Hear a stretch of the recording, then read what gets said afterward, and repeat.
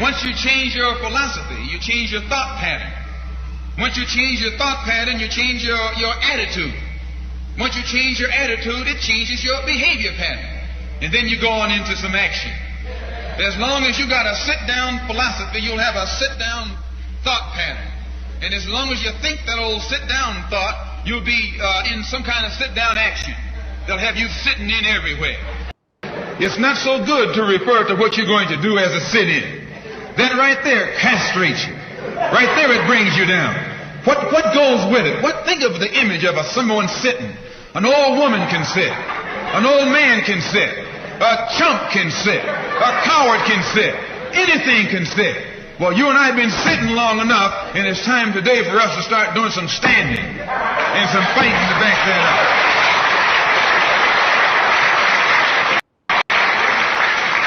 When we look at other parts of this earth upon which we live, we find that black, brown, red, and yellow people in Africa and Asia are getting their independence. They're not getting it by singing, "We shall overcome."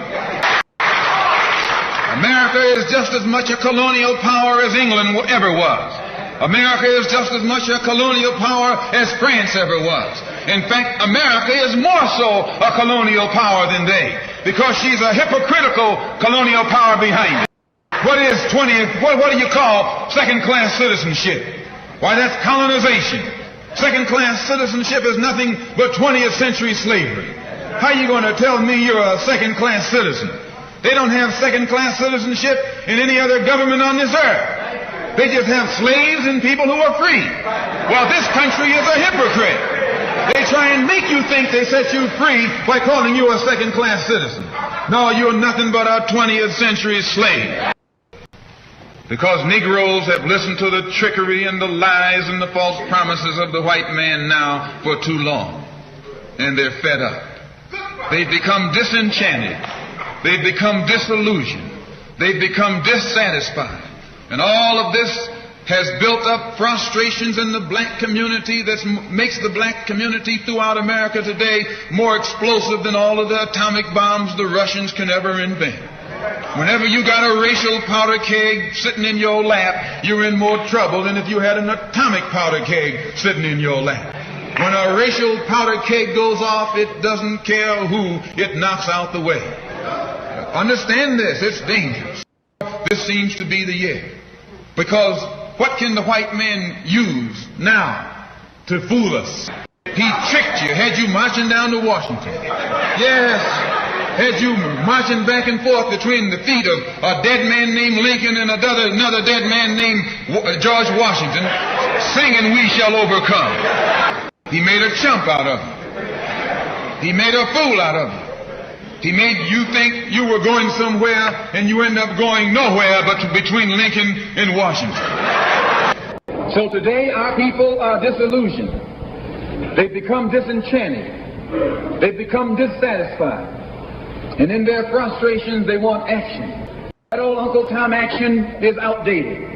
The young generation don't want to hear anything about the odds are against us. What do we care about odds? When this country here was first being founded, there were 13 colonies. The whites were colonized. They were fed up with this taxation without representation. So some of them stood up and said, "Liberty or death." Though I went to a white school over here in Mason, Michigan, the white man made the mistake of letting me read his history books.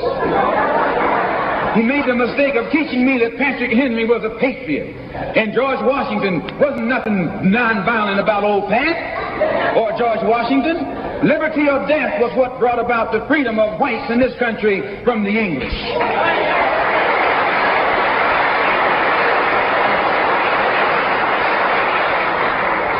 They didn't care about the odds. Why, they faced the wrath of the entire British Empire.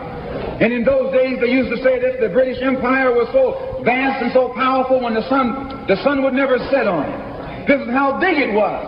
Yet these 13 little scrawny states, tired of taxation without representation, tired of being exploited and oppressed and degraded, told that big British Empire, liberty or death. And here you have 22 million Afro-Americans, black people today, catching more hell than Patrick Henry ever saw. And I'm here to tell you, in case you don't know it, that you got a new generation of black people in this country who don't care anything whatsoever about ours. They don't want to hear you old Uncle Tom handkerchief heads talking about the honor. No. This is a new generation. They put Moses in jail. They put Daniel in jail. Why, you haven't got a man of God in the Bible that wasn't put to jail when they started speaking out against exploitation and oppression. They charged Jesus with sedition. Didn't they do that? They said he was against Caesar. They said he was discriminating because he told his disciples, go not the way of the Gentiles, but rather go to the lost sheep.